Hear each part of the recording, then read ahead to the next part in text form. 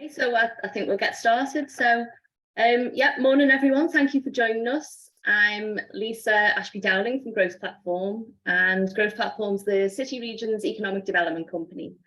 So we work together with partners to facilitate and deliver a range of support to business owners across the region to help them grow their business. Today, we'll be meeting the team delivering support through the High Growth Programme across the 6 boroughs of the Liverpool City region. The programme is part funded by the Combined Authority and European Regional Development Funding, and it's designed to support and accelerate growth for our high growth businesses and ultimately help them create employment opportunities. You'll meet colleagues from the 3 teams delivering the support, and they are from Growth Platform, St Helens Chamber and Edge Hill University. Following the 3 speaker sessions, we'll hold a Q&A session. So it would be great if you could note any questions that you have in the Q&A section, and we'll pick them up towards the end. So first of all, I'm going to hand over to Paul, and Paul's from Growth Platform and going to talk through the high growth support from Growth Platform. All right, well, thanks, Lisa. I'm glad you asked me to do that. This programme is designed around businesses that can either demonstrate or intend to demonstrate high growth potential. And we're defining that as an expected 20% growth in turnover, which is a generally accepted method for high growth. This is a distinct phase in a business's growth. And a business has perhaps already hit some milestones, had some impressive results and successes, and is now looking to take things to the next level. Businesses, as we know, tend to achieve growth either by bootstrapping revenues back into the company, or perhaps they've already been through the first round of funding, having reached a size typically, but not exclusively, of around £500,000 turnover and around 10 employees. And this high growth phase is usually certainly the fastest, but the most challenging stage of growth. And whilst it's well known that startups need a lot of initial advice and support, it's a common misconception that high growth businesses have cracked it and they don't now need any help. And this high growth programme is designed to provide that relevant help and intervention when it's needed the most. And that's help around funding, as you'll hear, focus on leadership development, as you'll hear, and productivity, and importantly, helping the business embed those robust processes, clearly articulate the mission statement, focus on people and progression and sustainability. Our team of account managers will work intensively with businesses using a specially developed diagnostic tool, and we'll focus on these areas along with a business's value proposition. So who are your customers, what are your markets, your products, your services, operations, sustainability, and how do you do your innovation? So perhaps think of it as a thorough due diligence process, which is delivered for a small investment in time. And we'll also act as an access point for other relevant support and funding for businesses. Our job is to hold those doors open for businesses that want to engage and businesses that want to take advantage of the support available. Thanks, Paul. And then another partner in the programme, so Jeff from St Helens Chamber. Good morning, everybody. Jeff Bates from St Helens Chamber. I've been working at the Chamber for about almost 10 years now, delivering various programmes. And when this one came along a couple of years ago, we were very happy to bid for the support elements of it. We've run similar projects across Liverpool City region in the past, but I'm going to summarise what the LCR High Growth Capital Grant Fund is all about for you today. It's not death by PowerPoint, you'll be pleased to know, but I've got 3 slides to go through, and hopefully I can talk around the background of the projects as well. So in essence, we've been asked to support companies who are looking to grow their business, following on from Paul's intervention. who are looking to invest in capital items which are essential to the growth of the programme, growth of the business, should I say. We've been allocated £2.7 million worth of funding from the European Regional Development Fund, and we're delivering to businesses across Liverpool City region. Initially, we could only go, we were excluding Halton, but we're pleased to note that we can now support businesses who are based in Halton as well. The idea is to support businesses with plans. They must have a defined growth strategy and growth plan for the coming 3 years. And we're looking to create 140 new jobs with those businesses across 54 different interventions, at least 54 interventions. And that will hopefully leverage the way that the programme works, a further almost £11 million worth of private sector investments. Next slide, please, Lisa. So just to give you an idea of what the grant funding can be used for, it's aimed at anything on a capital expenditure plan, including new premises, expansion of existing premises, or adapting the premises to suit the business's growth, plant and equipment, new IT equipment, hardware particularly, and anything where there's a significant capital spend. So the eligibility, we've tried to keep it as open as we can, but it's aimed at businesses relocating or within Liverpool City region. They must be an SME, so we can't unfortunately help larger companies, but we're fully across the full spectrum of SMEs. They must be state aid compliant, and we're looking to support through de minimis. They have a business plan to expand or invest, which will create new jobs. The plan itself doesn't need to be documented. We can use the actual business application form, the growth capital growth grant application form as that plan. And they also must have a need for that capital expenditure. So if it's just a case of replacing equipment that's been failing for years, it's not part of the project. It has to be new investment, which is going to create real growth in the company. The reason that we've got the intervention rate of 20% is we found that a lot of businesses can raise 80% through traditional funding, but they're very often short of the deposit, if you like, for the equipment. So that's where the 20% was originally decided upon. As I said, the grant must prove a need for the grants. We had in previous rounds of funding, companies sat on millions of pounds worth of investment of surplus cash, and they were obviously ineligible for grant funding. And we're looking at grants of between £10,000 and £75,000. So that implies the minimum project spend is £50,000. There's no real maximum, but at the 20% intervention rate, we're looking at projects of around about £375,000, £400,000. But we are currently funding a significant project where the spend is £600,000, and we're giving a maximum grant of £75,000 in that round. One of the key things that we've come across is, because of the delay in launching the programme, the project must not have started. So if the company's already committed to funding a particular project, then unfortunately it's outside the scope of the scheme. Next slide, please. I'll not go through the exclusions in too many details, but it's basically we're aiming at B2B companies. So companies are dealing with other companies rather than the retail sector and other B2C organisations. As I said, it's a CapEx programme, so we can't fund working capital or R&D or that sort of thing. It's basically a CapEx project. So we've tried to simplify the application process as much as we can. Basically, speak to one of the team. I'm overseeing the project. The project lead is Mick Gallagher. He's supported by Henry Deluse, who's administrator. So if you have any general questions, speak to either me, Henry, or Mick. Numbers are on the screen. We then encourage you, if we determine that you are eligible for support, to submit an expression of interest, which can be found on our website. Very simple, outline the business, outline the project, and we can determine then whether you fall within the eligible sectors and whether you are likely to proceed to application stage. Subsequent to that, if you are eligible, we will send out an application pack and a procurement pack, which must be followed closely. Again, any questions or queries, refer to the team. We'd rather ask questions at the outset rather than take you through the various stages and find out the project is ineligible for whatever reason. So speak to the team, submit your application pack, which will be application form, state aid declaration, some financial forecasts and historical accounts.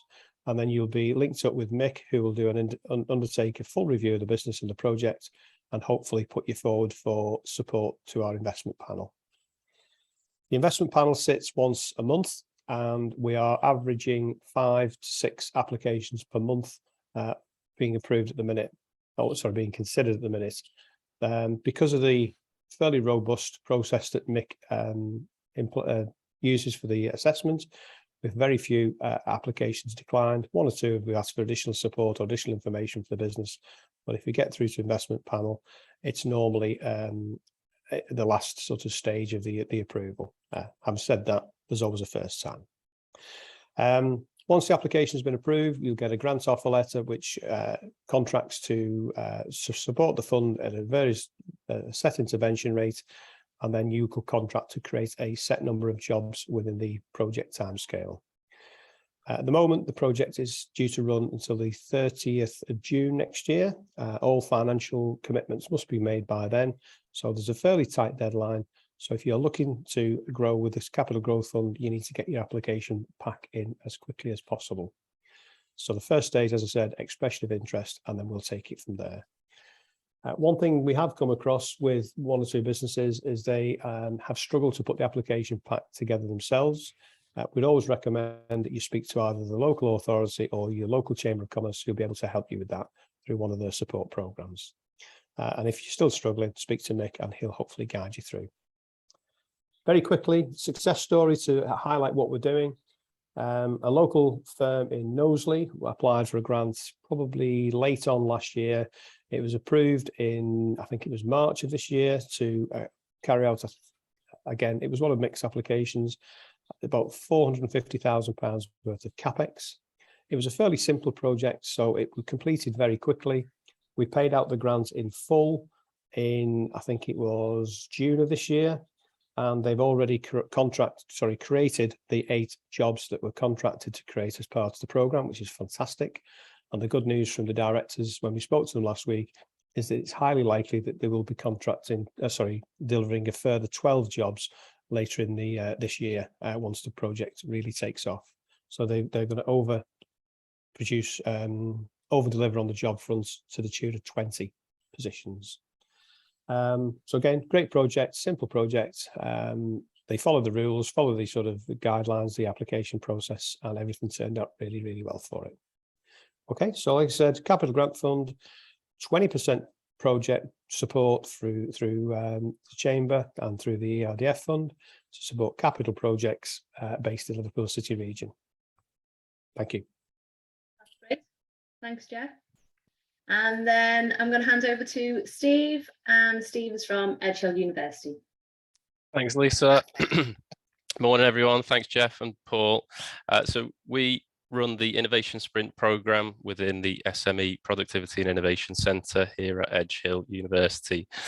We've been running the programme across Lancashire and Liverpool for the past 5 years, and we've worked with just under 200 SMEs so far. The average turnover growth for companies who take part is 29% increase annually. And on average, they go on to create at least 2 highly skilled jobs. So the type of outputs from our program, SMEs typically launch new products, services, technologies themselves, or adopt technologies themselves. And we've recorded over 100 of these so far from those 200. So typically for the program, we target and recruit SMEs who are well established, been established for at least minimum of 3 years, minimum of £500,000 turnover, and at least 5 to 10 staff. The average turnover of companies who take part is about 3.5 million, and average number of staff is about 18 to 20. But we find it works best for SMEs who, as Paul mentioned earlier, or companies who've already been through their startup phase and are either into their first growth cycle, or maybe seeing some static in the in the growth trajectory, or maybe started to see a decline in their income due to some changes in the market or changes in customer behaviour, and they're looking to put a plan in place to address some of those issues and take advantage of some of those potential opportunities that are out there. The type of things that companies come to work on with us, there's one of three scenarios normally. So by far the most common is where SMEs are looking to grow their existing market with their existing products and services, and how best to do that. And then work with the academic experts and the business development facilitators as part of their support. The second most common is where they are looking to enter a new type of market or a new geography with their set of existing products and services. And then the third most common is where they're looking to develop a brand new product or service and take that to their existing customer base. And the way we do that is a series of 6 workshop activities that we tailor to any of those scenarios, so that any sector or any size SME can benefit from the support that we have available. Next slide, please. So the intervention as part of the innovation sprint takes about 6 to 8 weeks. We run a monthly cycle, so the intake is on the first Wednesday of each month. And before that first workshop, the SME sits down with one of our dedicated business development staff to discuss the business challenges and opportunities that they have. And then that business development coordinator acts as the SME's dedicated point of contact through the rest of the workshops and the support. So the 6 workshops happen over a 4-week period, and we deliver those fully online, similar to this, but with a platform called Mural alongside Zoom. So that means less time on travel, less expense for the SME coming to campus, and they're able to view their work and do homework between the sessions, which is a real crucial aspect of their innovation activities. We take them through a series of activities with the facilitator where the business understand where the business is currently, put plans in place with them to improve demand from the market, improve their productivity, profitability levels and efficiency within their business model. So it's an intensive process for the 4 weeks, but they do get quite a big impact following the sessions, and from the point onwards for typically 2 to 3 years they put an action plan together and see the developments from there. So following on from the workshops, we keep in touch with them. We provide them with a report detailing the work that they've done with us and the changes that they're going to make to their business model. And that dedicated person then keeps in touch to offer other help that Edge Hill can support with, as well as from the growth platform and other partners. And the type of things that Edge Hill can support with is the CPD training, student placement projects, and advertising graduate jobs, which a lot of SMEs may be doing for the first time, not been introduced to that world before. So we can certainly help with that. And just building on Jeff's example of a good outcome from a recent company, we had an education provider from Bootle who did the innovation sprint, and they've just, as a result of the work they did, secured a £1 million investment from investors. And then we've developed an Innovate UK bid with them, which we've been successful with, and won a £200,000 grant. So, and also as a result of that, they've created 6 jobs at the moment, and then over the next 3 years, they're looking to create another 12 to 15 jobs to build on the work that they've done so far. So really good impact for them. And then thinking about further support and things that we invite the SMEs to take part in following the programme, they join an alumni network of companies who've been through the innovation sprint, and we invite them to come along to peer-to-peer events and share best practice. And we also run an annual awards event in November. This year it's in Southport, and the SMEs can put themselves forward to apply for 5 different categories around growth and innovation, placements and leadership skills and so on. So we're looking forward to running that in November and handing out some awards. Okay, thanks, Lisa. That's great. Thanks, Steve. So yeah, a lot of information there, a lot to take in. We've got a couple of questions coming through. Yeah, I think I'd just say to everyone, if you have got any questions, obviously from what has been discussed, then as I say, put them in the Q&A and we'll cover them all. One of the questions is actually about the eligibility criteria again.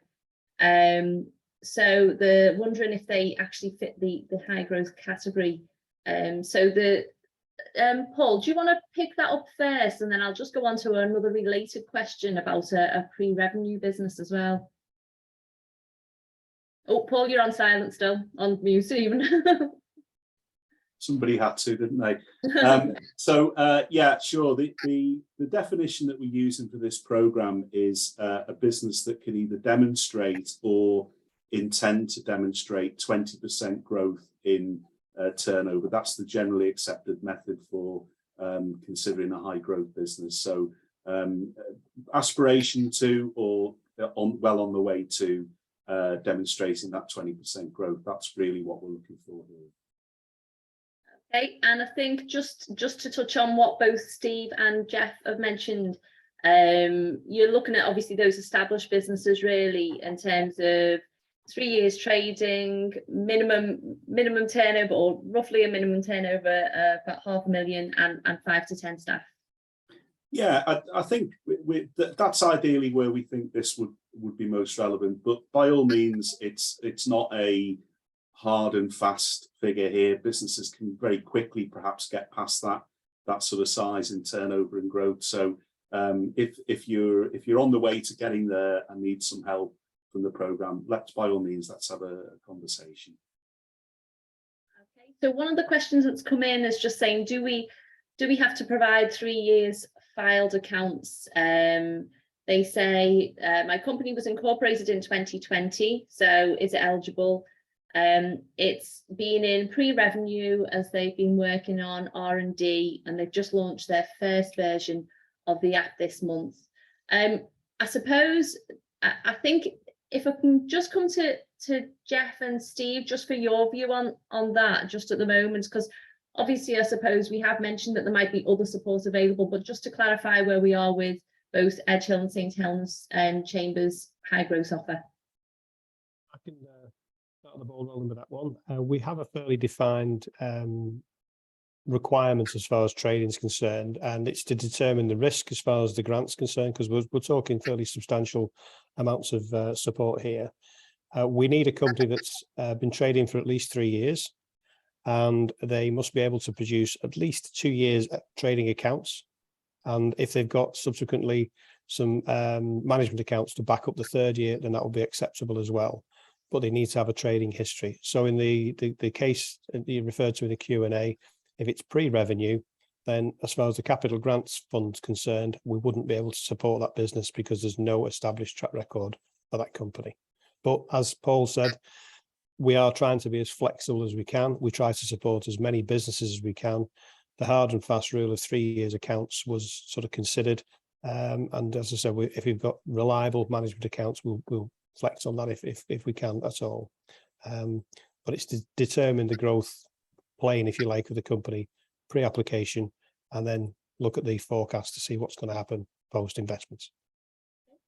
Yeah, and similar story from Edge Hill, really. The reason we say 3 years and the roughly $500,000 turnover is that companies have been through the startup phase and are reached a level where they need some support to really accelerate the growth. So at a pre-revenue company, we typically ask Growth Platform for some support with startup type program, which can get the company going, and then hopefully come to our type of support once there's some market traction and revenue. And the reason for that is the program looks at customer data, so how much customers have been spending, some of the competition that's out there, and can really put an action plan in place based on the trading history to date. So we need some of that data and evidence to be able to get the most from our support. Can I add on to that one? I forgot to mention the turnover aspect. The ideal is, as Paul said, $500,000 turnover and 5 to 10 employees. But we are looking to support a range of businesses through the Capital Grant Fund. We are looking to do a sort of light version of the appraisal process, which is very robust. So for the smaller grant applications, if £50,000 projects, we're looking to do a simplified application assessment process. And then for the larger companies, we've dealt with companies with 80, 90 staff plus, but they're investing in a particular piece of equipment which will add another string to their bow. And they are, they're eligible as well. So it's a broad range. As long as they're SMEs, we'll look at it. But it's the trading history that we need to be happy with. Thank you. And that actually leads quite nicely on to the next question, which is, if I don't fit the high growth programme criteria, what other funding programmes or other support is available from the likes of Growth Platform or our partners? Paul, you touched on this earlier. Do you want to pick that up in more detail? Yeah, I'm glad you asked me that too, Lisa. As you know, we've spent probably the best part of 10 years now trying to bring all of the private and public sector support available together under one roof. And that's done through our local growth hub service. In effect, it provides a unified support service across each of the 6 local authority areas in the region, where businesses, whether they're pre-revenue, whether they're early stage, or whether they're established, can access support. And as said, this is probably the first, or it has been the first time, that all of the relevant participants in the business support landscape have come together to offer that comprehensive service to our 50,000 owner-managed businesses in the region. There's a range of things available through the local growth hub service, and that's everything from providing guidance, running workshops and events, and supporting business development, helping develop networks for business engagement and interaction. So if you're a business that at the moment doesn't fit the criteria for the high growth programme, if you haven't done already, reach out to the local growth hub broker in your area, and we can share some details in the chat here, because there will be something to assist you for sure. If you're a business on the call that's operating or wanting to operate in one of our key growth sectors, so advanced manufacturing, clean growth, digital and creative, health and life sciences, professional business services, and visitor economy, then get in touch with the local growth hub if you haven't done so already, or get in touch with our sector teams who work intensively in those areas. And what they can help you do is boost your organisation's skills, growth potential, take part in initiatives both locally and regionally and internationally, to help shape your company's future and providing access to the specialist programmes. Thanks, Paul. Thank you. I suppose, Steve, just coming on to you. I mean, obviously, I know you talked about the 3 main areas that businesses tend to work on when they're working with you guys.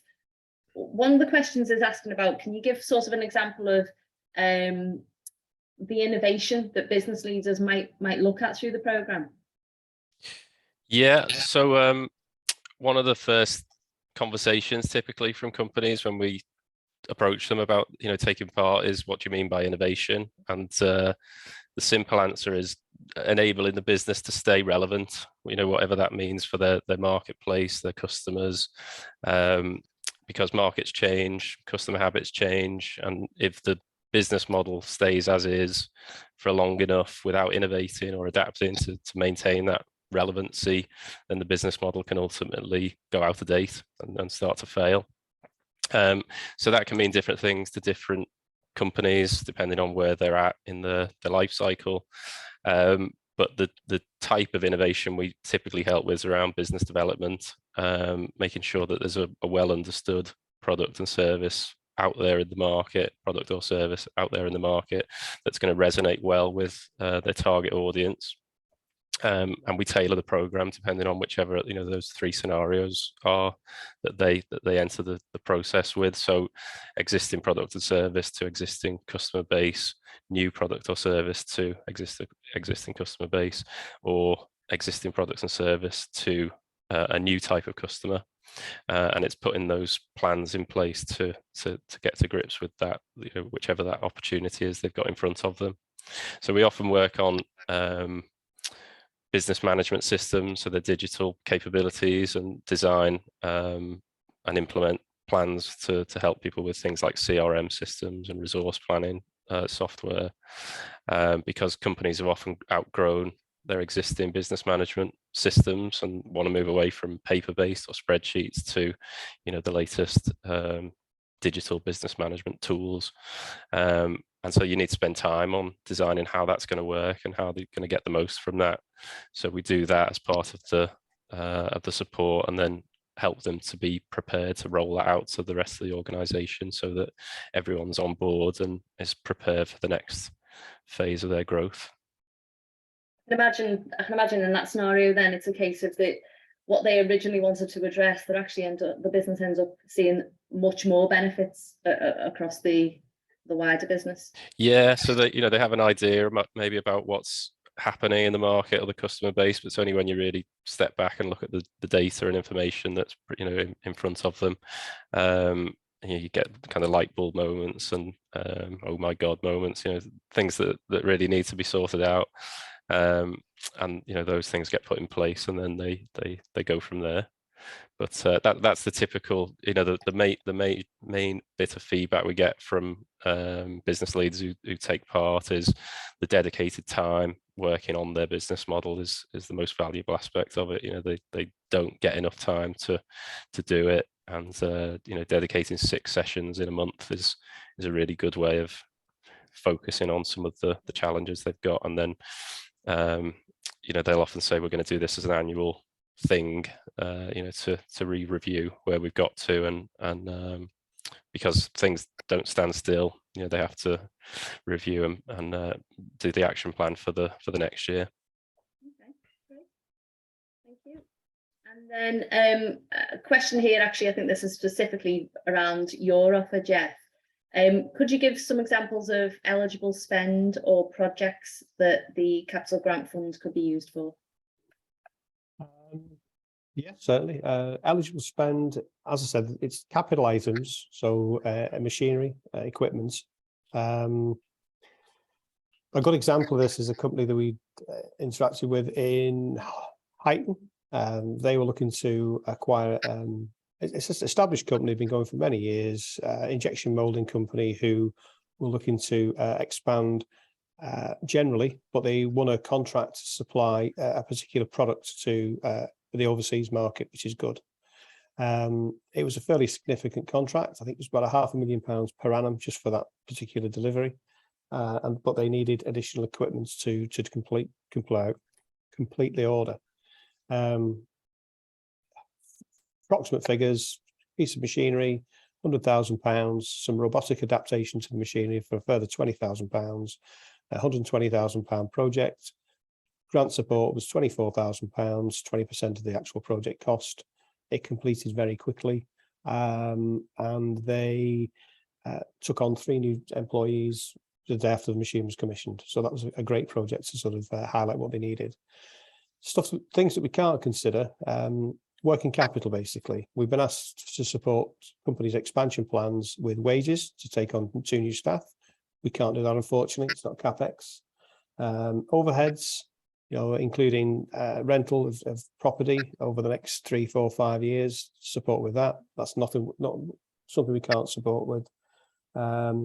Any other costs, software costs, maybe we can look at some kind of IT investment, but the sort of recurring costs that we can't consider are things like that.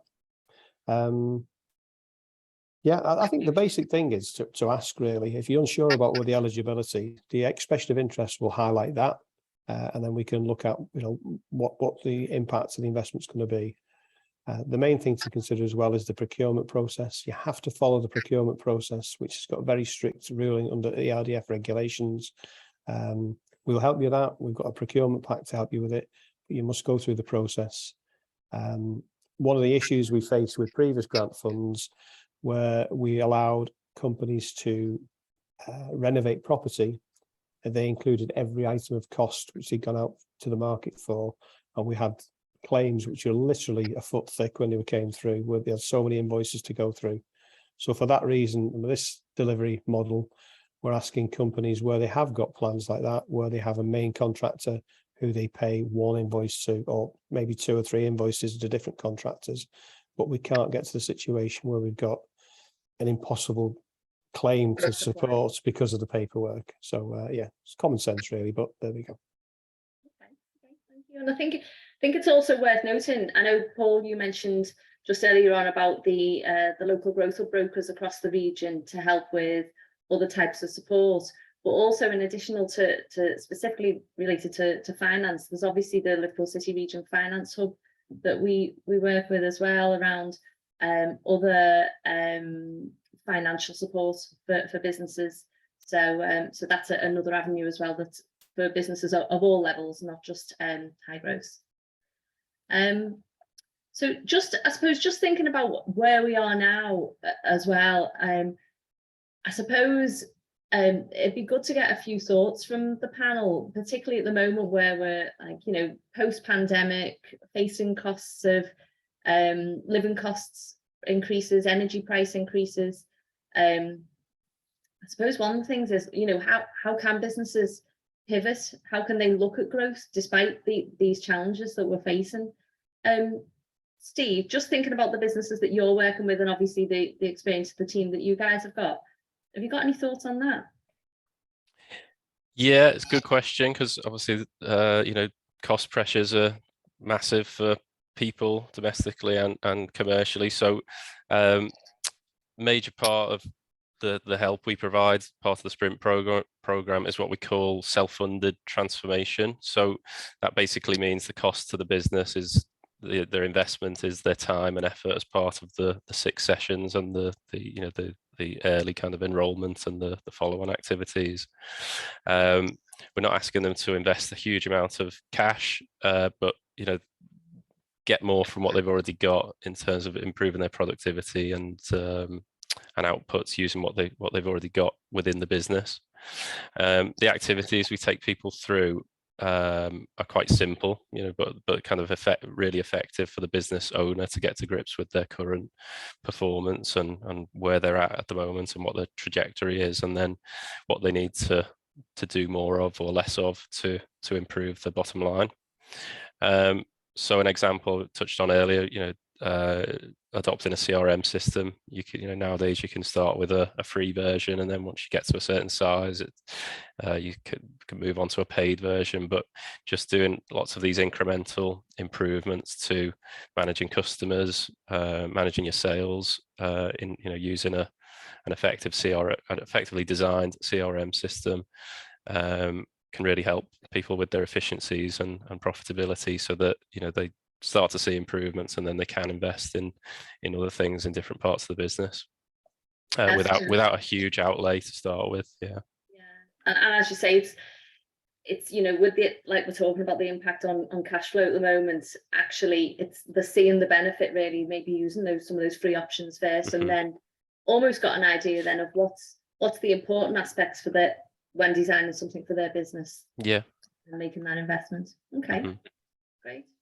And I suppose just with that in mind then, so what sectors in particular are showing potential for growth at the moment?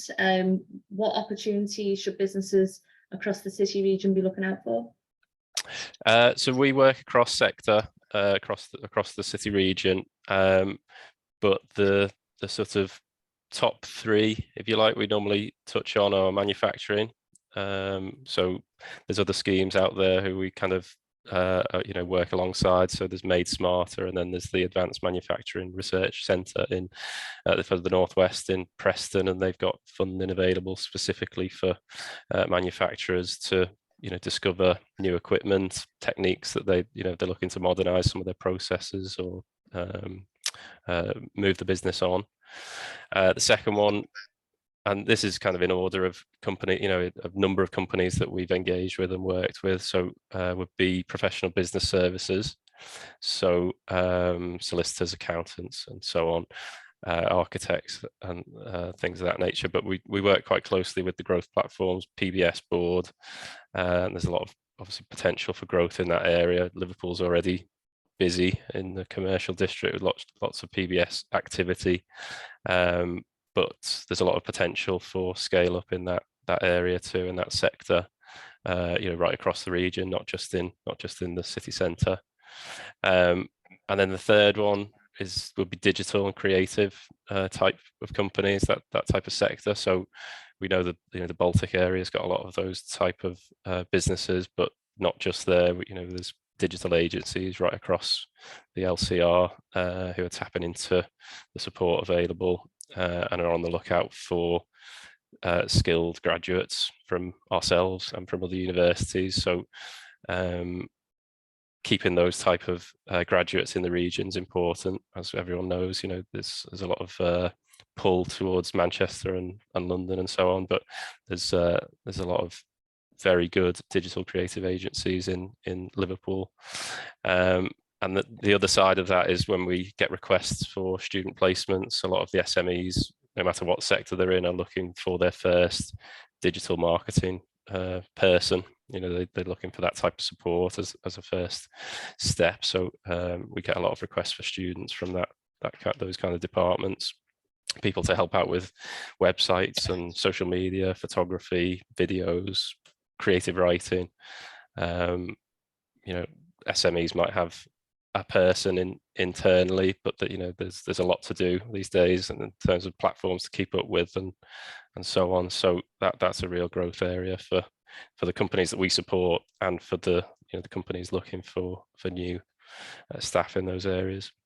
Okay, great. I think it's actually, you mentioned there about the those three sectors, and Paul obviously expanded on the other growth sectors for the city region. And I think it's probably worthwhile for those businesses in those sectors to be aware that for those growth sectors, the team at the growth platform and the local enterprise partnership, we have sector leads. They facilitate boards that are looking at the challenges and the opportunities within those sectors. And actually, each of those sector leads actually circulates a newsletter for those particular sectors, identifying the key opportunities, the key support initiatives. Sometimes that could be maybe funding opportunities or ways to get involved in how to really accelerate the growth in that sector as well. So again, that information is there to share.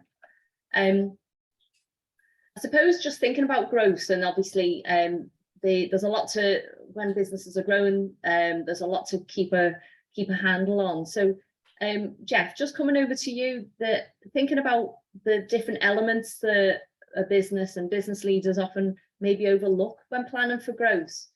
What should they do to cover all the bases? I'd like to come up with a list of things that people forget to look at, but I never fail to be surprised when things create a problem for businesses. We've had one fairly recently where it was a great business, been established for many years, glass processing business. They had plans to grow, they had a good customer base, staffing wasn't an issue. Their problem was power supply. They had an issue where they no matter what they could do to plan to grow, they come to the point where the power supply was letting them down, and they needed to invest in an upgrade of the system. So that's something that impacted with them. That was a good project where we could look at helping them with that investment. If they did it, it would take them onto or enable them to go on to the next level of performance. If they didn't, there's nothing they could do other than relocate. So it was a good one. So that was a bit of a surprise. I'd never thought of power supply as being an issue for a business before, a limiting issue. Typical things though, we've had quite a few companies who've got some really good plans to put forward, but they've got lead times.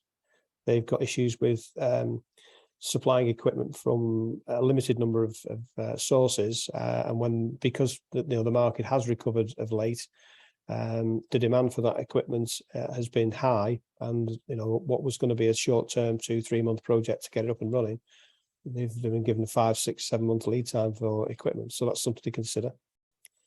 Similar sort of thing, supply chain for materials. There's been a marked increase in the cost of steel. So companies that deliver, manufacturing companies that are using steel as one of the raw materials, they're having issues. So that's a problem they've faced. How they deal with that is basically open market. One of the regular things, though, is availability of staff.